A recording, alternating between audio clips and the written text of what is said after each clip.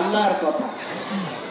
জামাত যদি ক্ষমতায় আসে, নামাজ ভিত্তিক সমাজ কায়েম হবে, যাকাত ভিত্তিক সমাজ কায়েম হবে, ধনীরা যাকাত দিবে, গরিবদের মাঝে বন্টন করে দেওয়া হবে, রাষ্ট্রীয়ভাবে বেকারদের জন্য যাকাতের টাকা দিয়ে ইন্ডাস্ট্রি করা হবে, তাদেরকে চাকরি দেওয়া হবে, বয়স্কদেরকে ভাতা দেওয়া হবে।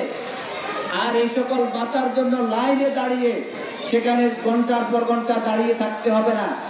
আমাদের ত্রাণ যেমন বাড়ি ঘরে পৌঁছায় দেওয়া হয়, তেমনি ভাবে জামাতের সরকার গঠন হলেও আপনাদের বাড়ি ঘরে সুবিধাগুলি পৌঁছে যাবে আলহামদুলিল্লাহ।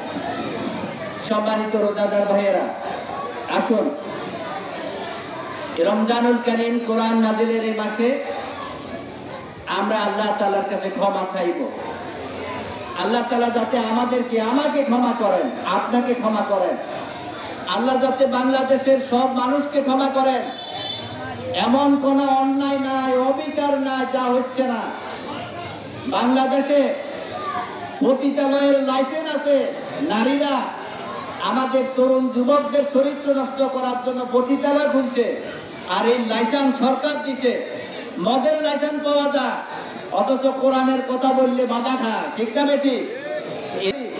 এজন্য আমাদেরকে তওবা করতে হবে।